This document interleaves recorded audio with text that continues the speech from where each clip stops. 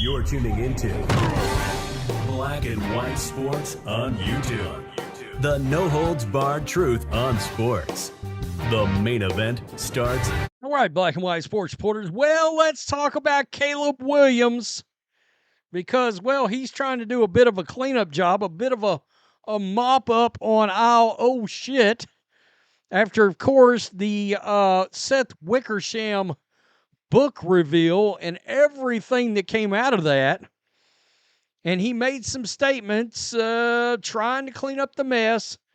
And the other thing that came out is something we talked about prior to the draft when Black and White Sports 2 was still covering football, was the demeanor, the body language, the attitude of Caleb Williams. And it has now been revealed that Ben Johnson has sent Caleb Williams a real message about he's got to straighten some shit out because he's an example for his teammates. An NFL quarterback is expected to carry themselves a certain way. And I'm going to be honest, it sounds to me like Ben Johnson may be the right guy they got for the job. Now, I don't remember who I was listening to the other day on podcast, but they were saying that Ben Johnson runs one hell of a rough, like OTAs. He'll ball his players out in a minute. And I'm like, that is the guy. That is the guy that Caleb Williams needs. Look, Caleb Williams got real. He wasn't my favorite quarterback coming out in the draft at all. We've talked about that. But there's no doubt he's got some tools. And somebody asked me, do you think he's going to be a bust, really? And I said, I mean, there's a world where I feel like he's maybe a top 18 kind of a quarterback, 12 to 18. He's got some top 10 traits, but I don't know if he's going to be able to put all that stuff together, right? But yeah, he's got some elusiveness, the ability to improvise and this and that and the other. But if you can't just run the system, all right, run the system where you've got touch on you can put touch on a pass to a running back out in the flat, that kind of thing. Throw layered throws, like I just did a Shadur Sanders recording, and the one thing that's being revealed about Shadur in OTAs is he's a very good layered passer. The ability to drop a ball in over a couple of defenders to a receiver. It's things like that. But him and Caleb have the following in common. They hang on to the ball too damn long. So Caleb's got to be able to get rid of the damn ball. So right here, he had a news conference yesterday, and he made these comments. Quote, I wanted to come in here and be the guy and be a part and be a reason why the Chicago Bears turned this thing around. Williams said that last thing that was said in all of that, I think was the most important thing, is I wanted to be here and I love being here. That, of course, is him trying to address the fact that his father did everything in the world to get him the hell out of Chicago and not have to be drafted there. He wanted to go to the Vikings. The rivalry. If I'm a Bears fan, I don't like that. I'm sorry. There's not a world where I would like that. Some Bears fans are defending it. Yeah, they don't have a good track record of handling quarterbacks well. But you've got to be the one that's going to change the narrative. You got to be like, yeah, well, they've never had a quarterback like me. So I'm about to go in there and show my ass. Not try to dodge town before you even get there. That's not a great look. So, Albert Breer was asked about Caleb Williams and his MMQB, and there was a lot of good stuff that came out of this. All right, so here we go. From day one, Williams' buy-in on Ben Johnson has been high. The 23-year-old was there alongside DJ Moore and Roma Odunze for the introductory press conference, which is small but notable thing for a guy coming off his rookie year. That in turn gave the two their first chance to sit down and talk face-to-face. And it showed that Williams had an understanding of the responsibility that would come with his place as a Bears franchise quarterback, which would be Johnson's starting point anyway. Williams was around the building a lot from that point forward, which gave Johnson, offensive coordinator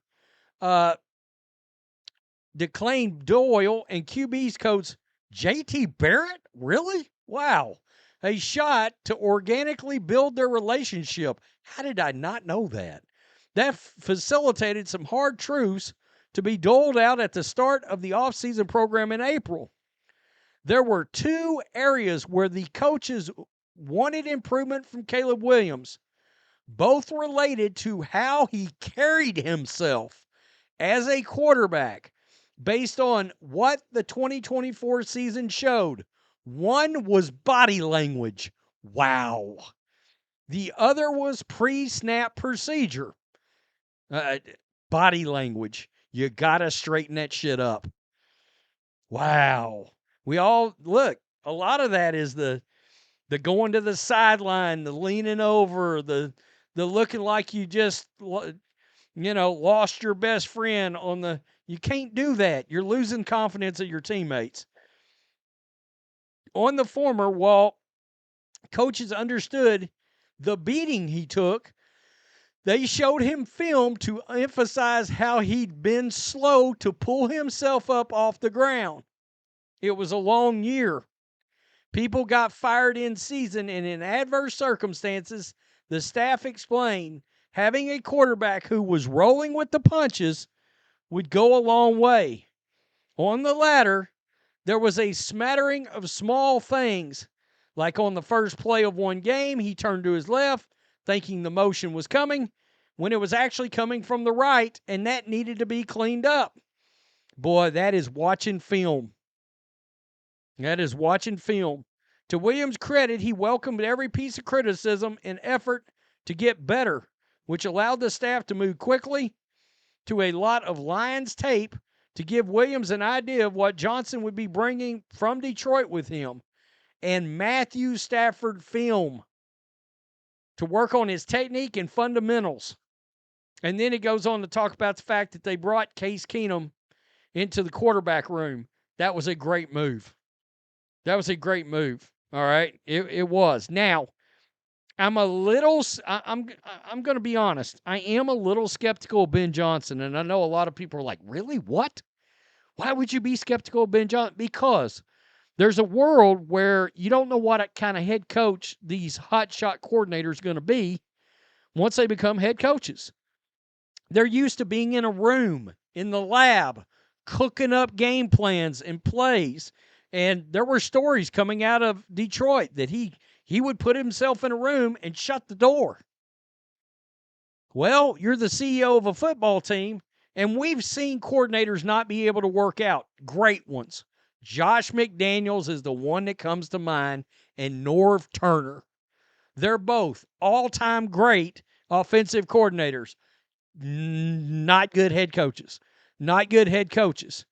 The other one that can be pointed out on the defensive side is Wade Phillips. But, look, I think to a point Wade Phillips gets a bad rap because he had some good seasons with Dallas.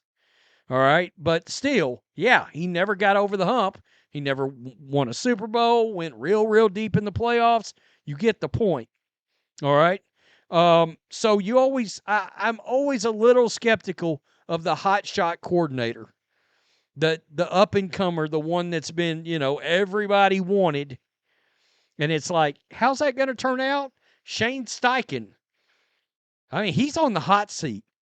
And he was the hot shot, D-swinger coming into the Indianapolis Colts. Now, he made a terrible choice in drafting Anthony Richardson. I don't know what he was thinking. I don't. Daniel Jones is going to end up being the starting quarterback there. That's a good look. I don't hate on Caleb. I mean, I guess a lot of people think I do. There's just things I didn't like about his game coming out of college. I didn't like him against top 25 defenses. A lot of stuff. I hated the body language stuff. I hated the beta crawling in the stands with his mama and all that. I hated it. And there were former NFL players all over the place coming out and saying, yeah, they hated it too. That they thought, look, that's a problem. You can't do that when you get to the NFL. You will lose your locker room. Guys aren't going to subscribe to that bullshit. You got to be an alpha male and get in there and be a bull in a china shop, right? We're going to see how this works out. We know one thing. If it doesn't work out with Ben Johnson and Caleb Williams, the new rookie wage scales, teams will give up on a mother in a minute. They gave up on Justin Fields, and some say maybe they shouldn't have. I can't wait to see what he does in New York. I mean, look, you could argue he never should have been benched with Pittsburgh. And that maybe he should still be there. Tell me what you think. Peace. I'm out. Till next time. Thanks for watching the show. Be sure to like, comment, and subscribe. Be sure to tune in next time on Black and White Sports.